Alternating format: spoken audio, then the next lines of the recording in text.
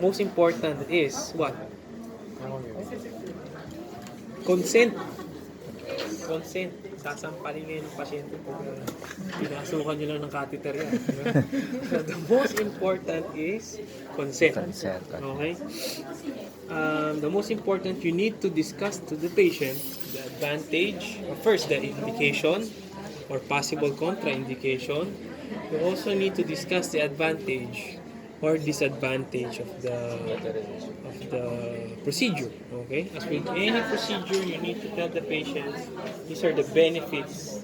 This may be the risk. If the benefit is higher than the risk, you want to do the procedure. If the risk is higher than the benefit, no go. You don't want to take the risk. Okay? So there are indications for Foley catheter insertion. Can you name one? Very good. Urinary retention. Urinary retention. You want to remove distension of the bladder. Okay? Another. Obstruction. Okay, good. Obstruction. Right? You want to help with the passage of the urine with that obstruction. Okay, another. Halata, hindi nagbasa ng mano. Another. Involuntary, hindi nila kayang control yung urine. For example, you have a spinal cord injury patient, complete, paralyzed, waist down. They cannot control their urination. So you want also to apply your Foley catheter insertion for this patient. Okay, another. Okay, monitoring. Diba? Monitoring. Diba? Intra-op monitoring. You want to check how much urine output you're using. Diba? So, intra-op, you want to check blood loss, you want to check urine output, you want to check fluids coming out of the patient because of the mechanical ventilator. Diba? You want to check the input and output of the patient. Okay? So those are the main reasons why you're placing a Foley catheter. Okay? Risk. Are there any risk? Wala bang risk? Infection. Infection. Number one is always infection. Remember that this is a foreign material. As with any foreign material, that can be a nidus for infection. Okay? Another risk. Anong kinakatakutan nyo? Ba't ayaw nyo magpa-Foley ka? Hindi kayo takot sa Foley ka? Ako takot ako magpa-Foley. Injury. Trauma. Diba? Walang may gustong sukan ng Foley ka sa kanilang sensitive area. Okay? That's why I want to remind you all to be courteous to your patients. Sometimes when you go into internship, into clerkship, or residency, you will get calls in the middle of the night. Okay, doctor, apply this catheter to all your patients in that ward. 20 patients, 20 Foley cats. Insert. That makes your mindset that this is just routine. Minsan light topic, kaya may pasok. Ganun siya ka-routine. But this is psychologically traumatizing to your patients. So always make sure to be courteous to your patients. Be respectful. Be mindful of how they feel. Okay? Kahit spinal cord injury yan, walang pakiramdam, huwag nyo naman paglaruan. Saktan nyo na lang. So always be mindful of your patients. Okay? Be respectful. Be courteous to your patients. Okay? Okay. With the consent sign. Doc, sige, by all means. Thank you. Approved.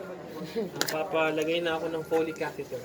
Okay? So, you want now to do your procedure. Sorry. Okay? So, if you have a female patient, this is a female patient. Patient, red shot. Okay? As with any female patient, kung lalaki tayo, kasama kayong babaeng nurse. As well as the patient should have an accompanying relative. If it's a male patient, babae tayo, get a male nurse as well as a companion relative. It's a way of not making the scenery a little bit uncomfortable. Okay? Always tell the patients that the insertion will be uncomfortable, but it should not be painful. Okay? Having said that, the question from there. Wala. Okay. So now, you're ready to do your Foley catheterization. You need first to ready your materials. Okay, so you have your urine bag. You may just place it on the side of the bed.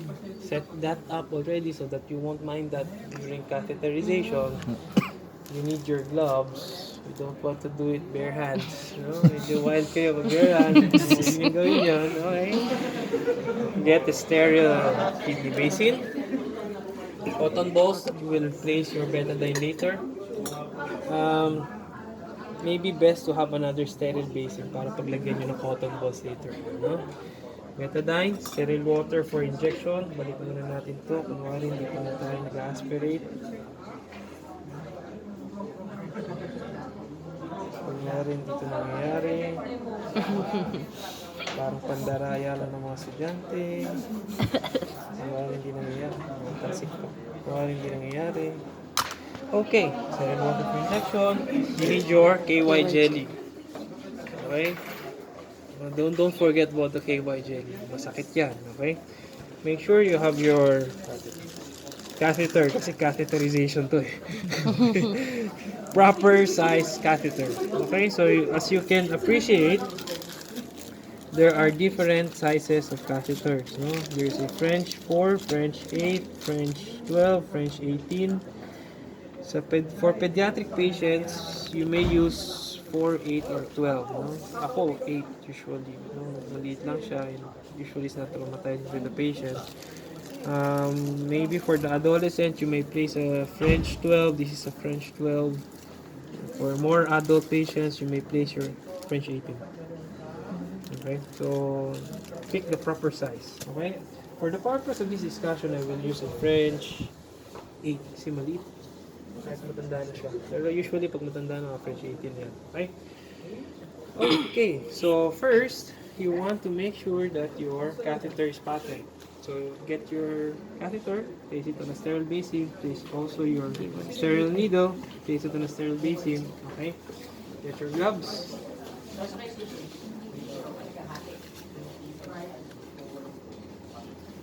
If you have not used before, Tito joke. Okay, have your nurse hold this for you. Okay, make sure that the unsterile hand of the nurse is holding the unsterile water for injection. Aspirate 10 cc. Sino mga nurse dito? Wala? Mga nurse magaling sila dito. Nurse na. Papanggap ka lang na hindi magaling. Eh. Humble. So mga nurse, sanay na sa ganito. No? Aspirate 10 cc. Like so. Usually naman, you will just need like 5 to 8 cc. To inflate. Make sure that this is patent. The balloon is working. There's a balloon here.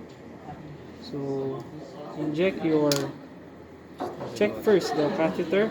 Make sure that you hold on to this edge, to the colored part, not over here. Don't puncture yourself. No, there's no extra point in puncturing yourself. Hindi tataas ang grade nyo. Pagtatawanan lang namin kayo. Okay? So don't puncture yourself. HIV is on the rise. Okay? Insert. And then make sure that that is expanding. Again, you just need maybe 5 to 8 ml. So that amount of water is actually enough. Patient will not be able to pull that out already. Okay? Having done that, aspirate. Aspirate again. Huwag ipasok na may ganun. Siyempre. A lot of these are common sense na kami. Okay.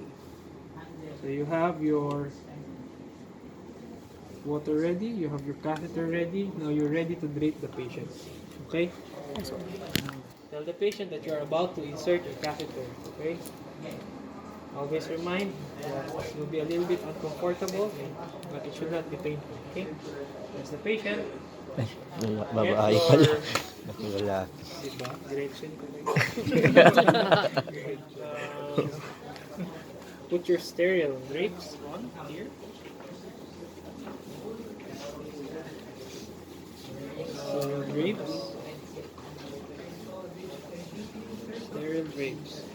ideally, there should be another sterile break down. No? Usually, may underpad mo na yan, and then another sterile break down. Para if ever urine will leak, it will leak on that part. No? Okay, ask the patient to bend the knee and do the lithotomy position. Telling the patient na pag bumuka ka is not Even sa- correct. It's not politically correct. We always tell the patient just to spread or paghiwalayin po ang binti. No? Huwag okay. sasabihin bumuka ka. You can be sued with the word bumuka ka. Okay? Okay, so you ask the patient, get your get your another basin that is sterile. Get your betadine. Let's pretend that this is your basin. Okay, put betadine on here, like so, and then get another sterile forceps to clean the area. Okay, make sure that when you're cleaning the area, you start from the genital going outwards. Go out, and then outwards a little bit, and discard that area. You can do it another time, and then discard. The next is applying betadine over just the labia. Okay, on the periphery of the genitals, discard, and then the last will be over the inner thigh areas. You may also do just genitals going circumferentially going outwards. Whichever way is okay. What I'm pointing at is what I'm emphasizing is that you should always clean from the genitals going outwards. Why? You don't want to introduce any pathogen or contamination from this sterile area moving to your genitals. That would be a iatrogenic infection. Okay? Don't introduce foreign materials there. So clean the genitals going up, then going outwards. Okay? Now, you again ask your favorite nurse to give you KY jelly here. I'll just place a few. Pero sa totoo lang, be copious with your KY jelly. Okay? Sometimes I even put lidocaine pa nga. Rub it on your palm. And then, hold it. Separate the labia. Okay? Dito madali eh. Pero in real life, maybe a little sometimes a little difficult, especially for stout women. Mahirap mahanap yung proper urethra. Okay? So what is this orifice here? Is this your anus? No, that's a vagina, no? What's this? So what opening would you want to place this? The first one. So the first one, over the urethra kasi yan yung papunta sa bladder, okay? So you open the labia out, place your Foley catheter over the urethra like so. Be mindful if there are any obstructions. For example, you have a pediatric case, constricted yung ano niya, hindi nyo may pasok, inform your seniors. Or maybe, sa males, malaki yung prostate hypertrophy niya, inform your seniors. Okay? You may need to do your suprapubic tap. Okay? So insert further, up until the time that you will appreciate urine coming out of this. Okay, that's the time you will insert furthermore, place this, and then apply your sterile water for injection. Okay. Again, don't puncture yourself. Walang bonus points ang pagsakit sa sarili. Place like maybe 6 to 8 ml. should be okay. And then check if it's already secured. Okay, don't toggle too much. Just check. Okay. After which, you secure this. Make sure that's not, huwag yung hilahin. Tapos, mahuhulog tuloy. Huwag yung hilahin. Masakit yan. Okay? This is masakit. So, just let it loose. Ask your nurse again to give you some tape so that you can secure it over the side. Okay? When you tape, make sure you have enough space to allow some movement of that catheter. Okay? And that, my friends, is the end of the... Nararayuma siya. Kailangan yata ng arthroplasty. Okay, sorry. That's your catheter insertion. Okay? Now, once you are ready to remove the catheter, kasi meron natin remove. Now, you want to check if the tube is okay. You want to check also the quality of the urine. Ano kung yung mga parang solidified curds, whitish, cheesy curds, that may be a sign of infection. Okay, so what you can do is you get sample. First, you clamp this and then you get a special bottle, get some sample of the urine para mapadala nyo for urine culture. There will be monitoring the urine bag. No? So you check for the urine, how much is the urine output. Ano kung punong-puno na? Ano kung punong-puno na? So you get a container, preferably a container with some measurements on. Just open this up, just put it down, and then drain. Then measure again. Because that may be a more accurate way of measuring rather than this. After which, make sure always to reapply. Huwag kayong magkalat. Okay? Kawawa si Manong. Okay? So, that's a good way to measure your urine output. Sometimes for elderly patients wherein we do surgery after 24 to 48 hours, we intermittent catheterization. I forgot the term. We clamp this intermittently to check for urgency to urinate. Now, for the next 24 to 48 hours, you clamp this intermittently to check for urgency to urinate. Okay? For example, the patient, Doc, naramdaman ko na, parang naiihi ako eh. Okay, so that's the time na you may allow for the removal of the catheter.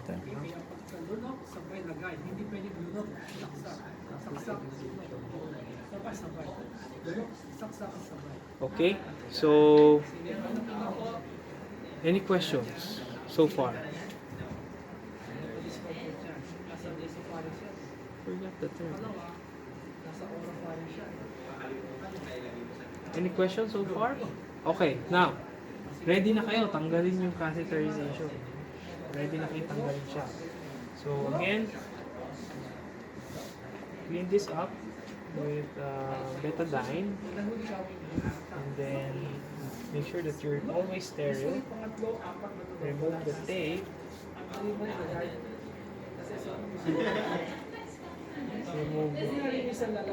Remove the water.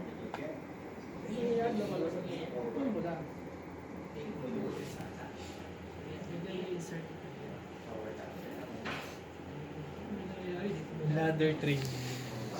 Ito ko yung term. Bladder training. So bladder training is you clamp it intermittently so that when the patient feels, kasi yung sphincter proprioception is very important. If you clamp this and patient feels the urgency to void, then that's a good sign that you're doing it well. No? So bladder training for the next 24 to 48 hours after surgery is one way to see and check for if the patient is prepared for removal of the catheter. Okay? Bladder training. Remember that. Kalimutan ko. Okay, so now you're ready to remove the catheter. Okay. Any questions so far? Tapos after nun, you can again clean it with chlorhexidine and then teach the patient on proper perineal hygiene. Okay?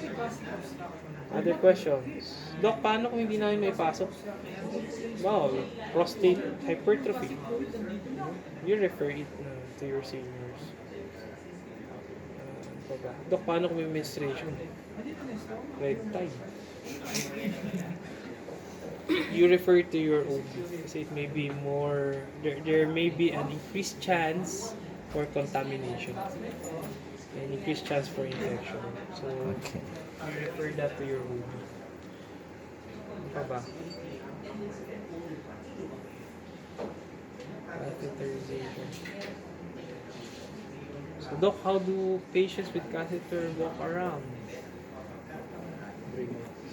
Like normal individuals. They can just bring their bags. So they can just walk around, no? But usually a lot of these patients also are bedridden, so, or with wheelchair ambulation. So they just place them on the chair or the bed. Just secure them on the chair or the bed. Complications. For example, you drain more than 600 to 800 ml of urine. What can happen? In one setup, 800 ml, bumulusok papunta sa urine bag. What can happen? Sudden decrease in the pressure because of a collapsed bladder can lead to hemorrhagic cystitis. Those are some complications. That's why we don't recommend draining more than 600 ml. Diba? Ano pa? Complications. Prolonged catheterization. Prolonged catheterization can lead to infection. Diba? Ano pa? Hindi nyo pa naipasok yung balloon. Binomba nyo yung tubig. It may damage the urethra. So that's why when you see urine dripping out, you insert it further before you apply your water. Okay? This will not injure the end of your bladder. Don't worry. When you reach the